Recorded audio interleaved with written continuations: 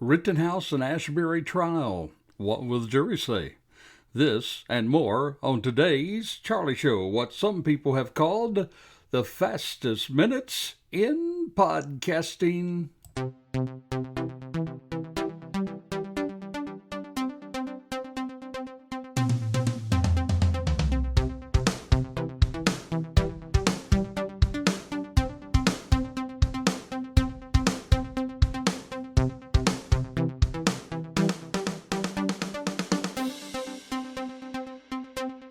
Well, hello and welcome to today's program. This is Charlie Crimebuster. Well, this week's been very unusual.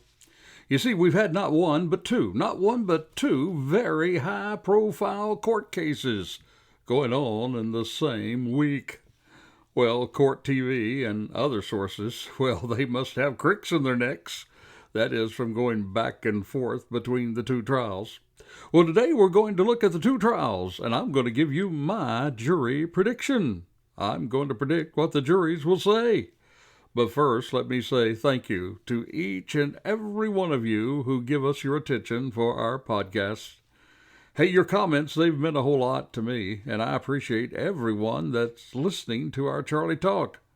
And if you'd like to reach me personally, maybe to give us some ideas on some podcasts or whatever you might want to talk to us about, please take the time to reach out. You can reach me at charliecrimebuster@gmail.com.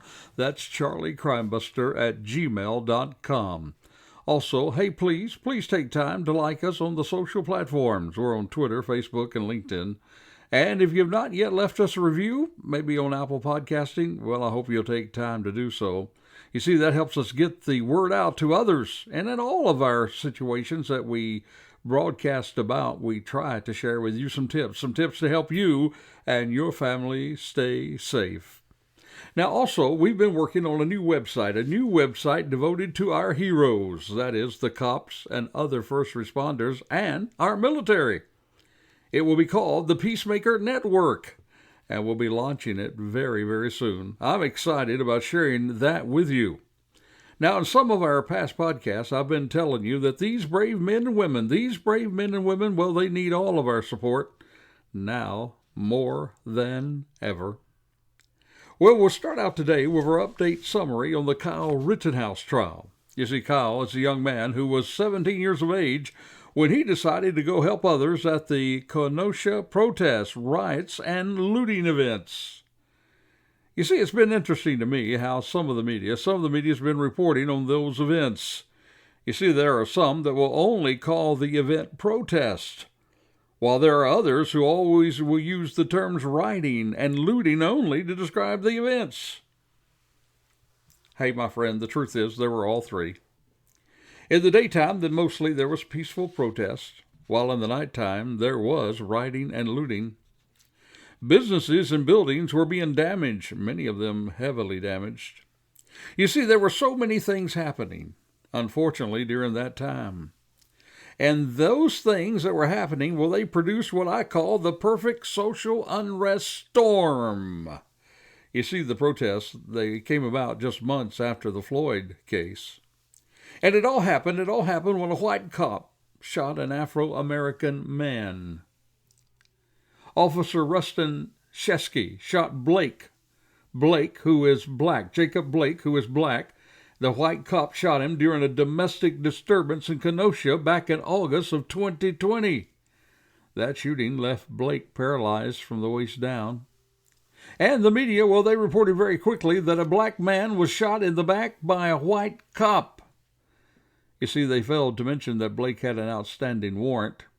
He also had a no-contact order. He had raped his girlfriend, and now he was trying to take her car and her children in the back seat. And he also had a knife, and he threatened the officer. He turned with the knife toward the officer. Now, my friend, in my own work as a police officer, I would have shot Blake to defend the children that were in that vehicle, my fellow cops, and myself. And both state and federal investigators, they agreed, as I did, that it was a justified shooting. And those investigators, my friend, were independent of the local department that Sheskey worked for. They saw the shooting as justified. Federal authorities also said that Blake's civil rights were not, get that, were not violated. But yet, the word got out real quick, and perception ruled the day. The unrest began in this often unheard of town called Kenosha. That was at that time, but now it has national attention. And young 17-year-old Kyle RIttenhouse, he joined a host of others to come out to protect property on one of those nights of unrest. He came with a medic kit and a rifle.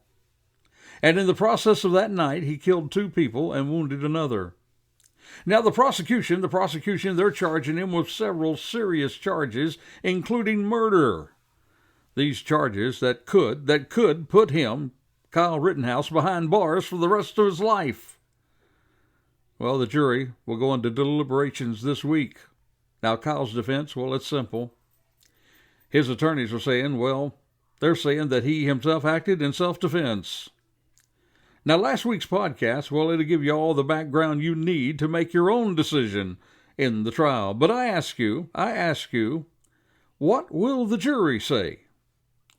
Now, there's been recent decisions made just this past Friday that could make the difference in what the jury says. And we're going to tell you all about that and a whole lot more because, my friend, it's not all that cut and dry as to what the jury may say when they render the verdict. Now, we're going to get into the trial itself, but first, it is now time for our Citizen of the Week story. And our Citizen of the Week story, it comes to us from my old home state of Tennessee, where the volunteers are. This comes from Nashville, Tennessee.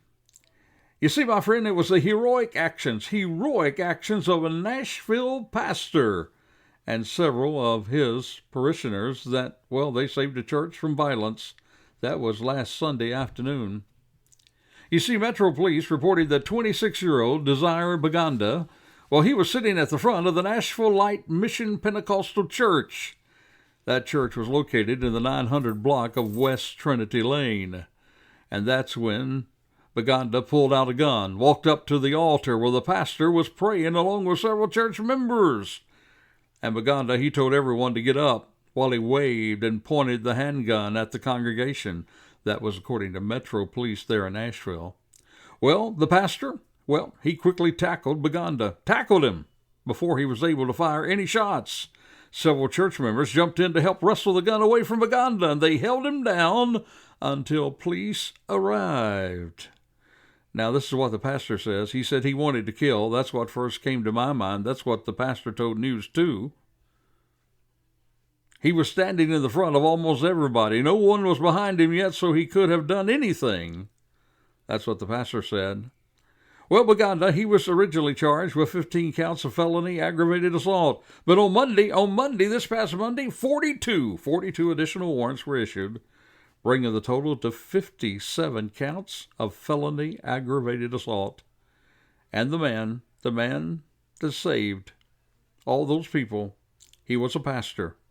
So, my friend, in this case, a bad man with a gun, he stopped by God's man with a Bible. And this pastor in Nashville, Tennessee, he is indeed our Charlie Crimebuster, courageous Citizen of the Week.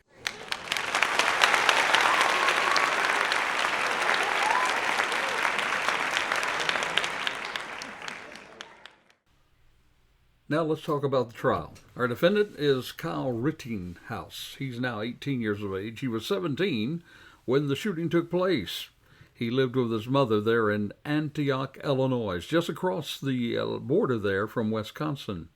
His father, he did live in Kenosha. Now, RIttenhouse had worked for a time as a lifeguard in Kenosha community, and he kept a military-style semi-automatic rifle in Wisconsin. And the authorities said that this was purchased for him by a friend, and we saw that bear out in the trial. Now, long before the shooting, Mr. RIttenhouse, his social media, those accounts were full of posts supporting the police and Blue Lives Matter. He had been a cadet in a program for young aspiring police officers. But on the evening of August the 25th, demonstrators filled the Civic Center Park there in downtown Kenosha, and across from a barricaded courthouse, which was defended. It was defended by police officers and National Guard troops.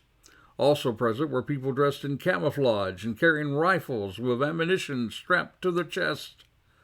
That's legal for adults in Wisconsin. You see, Wisconsin is an open carry state. A call even went out on Facebook for volunteers to come and protect the businesses and their city. They had called themselves the Kenosha Militia. Now, in our last podcast, I shared with you how 3 men had chased and tried to apprehend young Kyle RIttenhouse that night, and how he shot them, killing 2 of them and wounding 1 of them. I concluded that he did use self-defense to defend himself. But the question is, what will the jury say? And while there were fireworks during the unrest that night, there was also emotional fireworks this past week during the trial, especially when Kyle RIttenhouse testified himself. During his testimony, he broke down on the stand, hyperventilating, enough that the judge called for a quick recess for Rittenhouse to get himself together. Now, prior to that, Rittenhouse had been holding up well in his testimony, sticking to the facts of his case, as his defense attorney led him through the events of that night. Now, much has been said since that testimony about Kyle's breakdown on the stand. In fact, many have said that it was fake. They went on to say because there was no noticeable tears. Well, now, I have often seen people hyperventilate, and often there are no tears.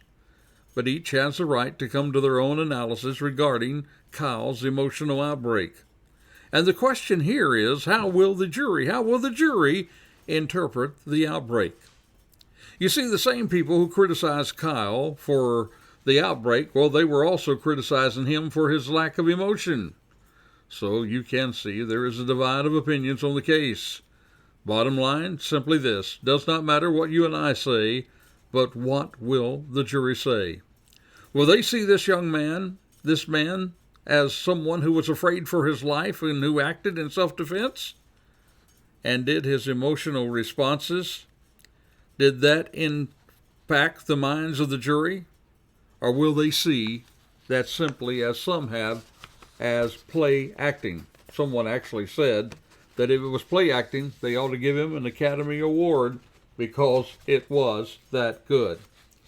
Now, the additional fireworks came up when the prosecutor began to cross-examine this young man on the stand. He started out by bringing up the fact that Kyle only testified after hearing and seeing the evidence that the prosecutor had put on the case.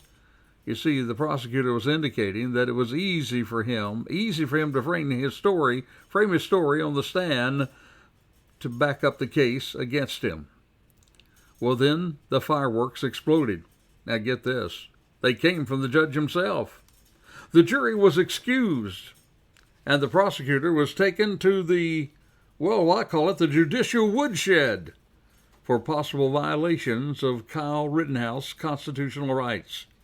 You see, my friend, we do all have the right to remain silent, and that silence is not to be used against us, as the prosecutor attempted to do so. Now, shortly thereafter, the prosecutor also verged on the edge again in attempting to introduce material that had already been ruled out by the judge. And again, the jury, he dismissed the jury, and he again took the prosecutor to the judicial woodshed. In fact, during the week, many thought that it appeared that the judge was siding along with the defense, and that the rulings were in support of the defense. But then Friday, he comes along with some major rulings in favor of the prosecution. Now, one of the rulings was that the jury instructions would include that Kyle's prior actions might impact the jury.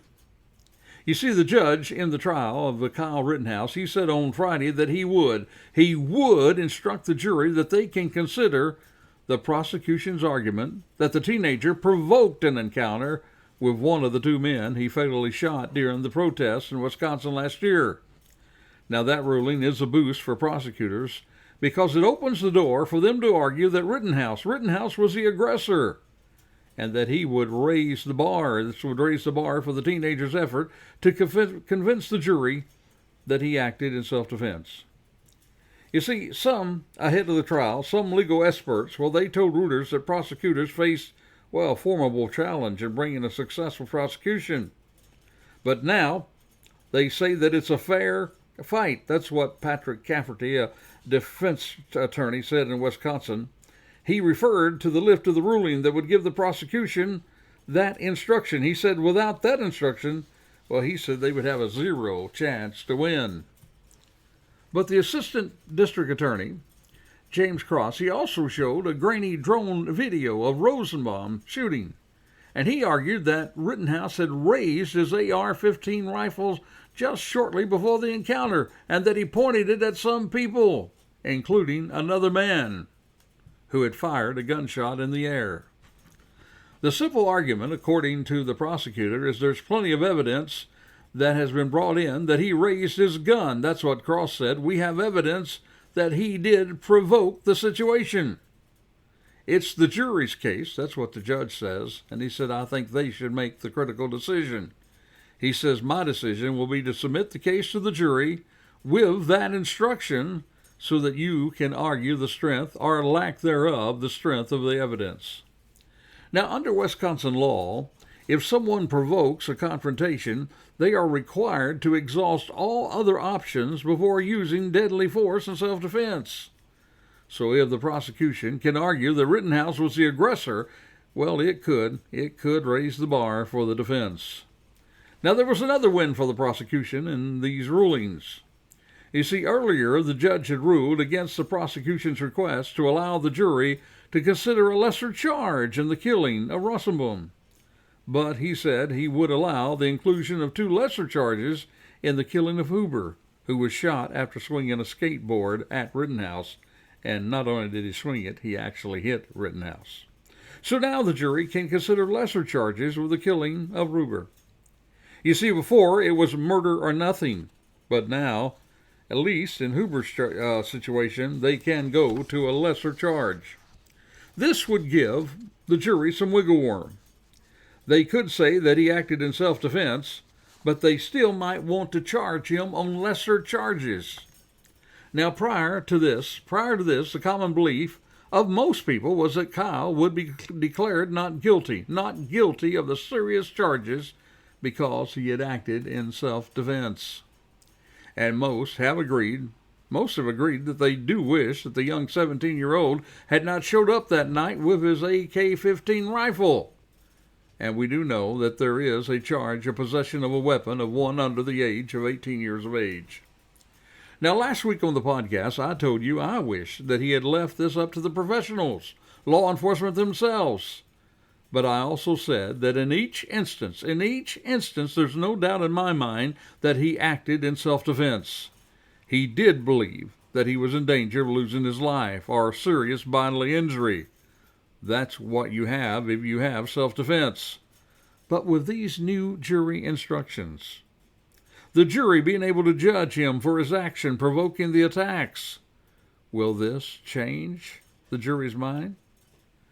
Well, I want to tell you about that in just a moment, whether I think it will change their mind or not. But now it's time for what we at Charlie Crimebuster call our crazy crook story. And this one comes all the way from the state of California. Now get this. Guards usually don't have to watch for people breaking into a jail. So it is a little surprising that they did not notice the man climbing over 2 fences when scrambling up to a second-floor door. You see, alarm went off in the Maple Street Correctional Center. That's there in Redwood City, California. Well, a correctional officer, he went to check it out. That's what the media reports. But the source of the ruckus, it was a guy by the name of Mr. Robies, 35 years of age. Well, and he was more than a little confused, and he was under the influence of meth and alcohol. And here he is, sitting in the lobby inside the facility. When the officer saw him, he did indeed take a double take. You see, Robles was wearing street clothes in an area reserved for inmates. Robles told police he was fleeing a man with a gun. That's what the media reported. He admitted to being under the influence, and so he climbed up over the fence and into the jail. And get this, not only was he crazy enough to break into the jail, but he had other people's credit cards with him, credit cards that he had no doubt stolen. Well, he did plead not guilty to some misdemeanor charges there on Wednesday, but I kind of think that they probably have him caught in the act of breaking into a jail. Can you break into a jail? Well, he did. He did, along with stolen credit cards. And that, my friend, is indeed Charlie Crimebuster's Crazy Crook of the Week.